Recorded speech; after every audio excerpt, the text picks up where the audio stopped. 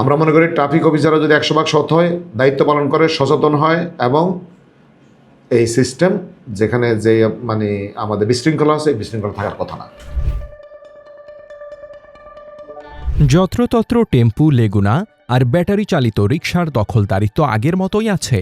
একসাথে সকালবেলা যোগ হয় দুই পাশের মাছের আড়তে ট্রাকের রাস্তা দখল করে ব্যবসা চালিয়ে যাওয়া, যার ফলে সকালবেলা থেকে শহর অভিমুখে ছুটে চলা ছাত্রছাত্রী এবং সাধারণ মানুষদের ভোগান্তির শেষ নেই।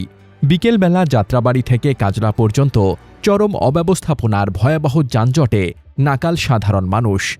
সন্ধ্যা থেকে কাজলার ইবনে সিনা হাসপাতালের সামনে প্রায় পুরো রাস্তা দখল করে ব্যাটারি চালিত রিকশার স্ট্যান্ড বসে যায়।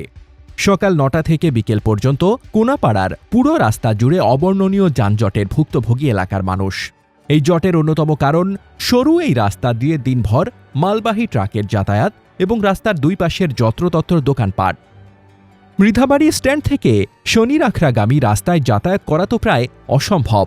এখানেও বাজারের ভিতর দিয়ে দিনভর মালবাহী ট্রাকের যাতায়াত, দুই পাশে যত্রতত্র দোকানপাট এবং ব্যাপক পরিমাণ ব্যাটারি চালিত রিকশার কারণে পুরো রাস্তাটা চলাচলের জন্য অযোগ্য হয়ে উঠেছে। একইভাবে এখানে বেশ কিছু বড় বড় স্টিলের কারখানা আছে, যেগুলো থেকে নির্গত কালো এবং বিষাক্ত ধোঁয়ায় অত্র এলাকার আকাশ আচ্ছন্ন হয়ে থাকে। দর্শক, এই চিত্র রাজধানীর যাত্রাবাড়ি ও তার আশপাশের এলাকার নিত্যদিনের। এ বিষয়ে সামাজিক মাধ্যমে জহিরুল ইসলাম টুটুল নামের এক নাগরিক হুইসেল ব্লোয়ারের ভূমিকা পালন করেছেন। ঢাকা 5 আসনের এমপি কামাল হোসেনকে ট্যাগ করে তিনি তুলে ধরেছেন অব্যবস্থাপনার হালচাল। তিনি অভিযোগ করেছেন, নির্বাচিত হওয়ার প্রায় 3 মাস অতিবাহিত হওয়ার পরেও এখনও বেশিরভাগ অনিয়ম বিশৃঙ্খলা আগের মতোই চলমান। প্রশ্ন হল, জনসাধারণের আকাশ সমান প্রত্যাশা পূরণ হবে কিভাবে? সামাজিক মাধ্যমে অবশ্য সংসদ সদস্য কামাল হোসেনের নানা চেষ্টার তথ্য পাওয়া যাচ্ছে, কিন্তু বাস্তবে এই তৎপরতার কারণে অবস্থার পরিবর্তন হয়নি। এখন প্রশ্ন একটাই, শুধু এমপি বা তার দল কি সিস্টেম বদলে দিতে পারবে? স্থানীয় সরকার, প্রশাসন, সিটি কর্পোরেশন কেন পারছে না জনদুর্ভোগ দূর করতে?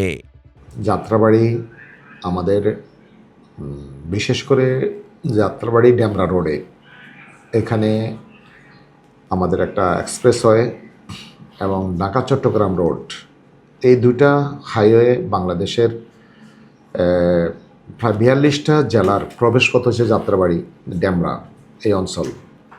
আমাদের রাস্তার যে ম্যানেজমেন্ট, এক্ষেত্রে ট্রাফিক সিস্টেম ঢাকার ভিতরে যে ট্রাফিক সিস্টেম বলবৎ যতটুকু আছে, ঢাকার বাইরে এই অংশে ট্রাফিক সিস্টেমটা 100% কার্যকর না। আমরা ট্রাফিক ডিসির সাথে আমি কথা বলেছি, আমি নির্বাচিত হওয়ার পরে সকল ট্রাফিক কর্মকর্তা যারা আছে তাদের সাথে বসেছি এবং সেক্ষেত্রে কিছু ফলাফল আমরা পেয়েছি। আমাদের রাষ্ট্র কাঠামো দীর্ঘদিন থেকে যেভাবে চলে এসেছে, রাস্তায় যানজট, তারপরে রাস্তার যে শৃঙ্খলা, এটা যদি কার্যকর করতে হয়, উভয়ের কিন্তু দায়িত্ববান হতে হবে। ট্রাফিক দায়িত্বশীল যারা, শুধু আমরা দোষ চাপাবো ট্রাফিকের, বিষয়টা এমন নয়, দোষ চাপাবো জনগণের, এটাও ঠিক না।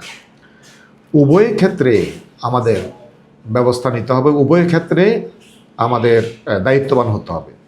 তবে রাষ্ট্রযন্ত্রে যারা দায়িত্ব পালন করেন, রাষ্ট্রের যারা সেবক, আমরা মনে করি ট্রাফিক দায়িত্বশীলরা, কেন ট্রাফিক সিস্টেম, কেন ট্রাফিক অফিসার, কেন ট্রাফিকের ডিসি? কারণ আমাদের জনগণ কিছু ভুল করবে, জনগণ পুরোপুরি আইন জানবে না। এটা নিয়ন্ত্রণ করার জন্য ট্রাফিক সিস্টেম, এটা নিয়ন্ত্রণ করার জন্য ট্রাফিক অফিসার।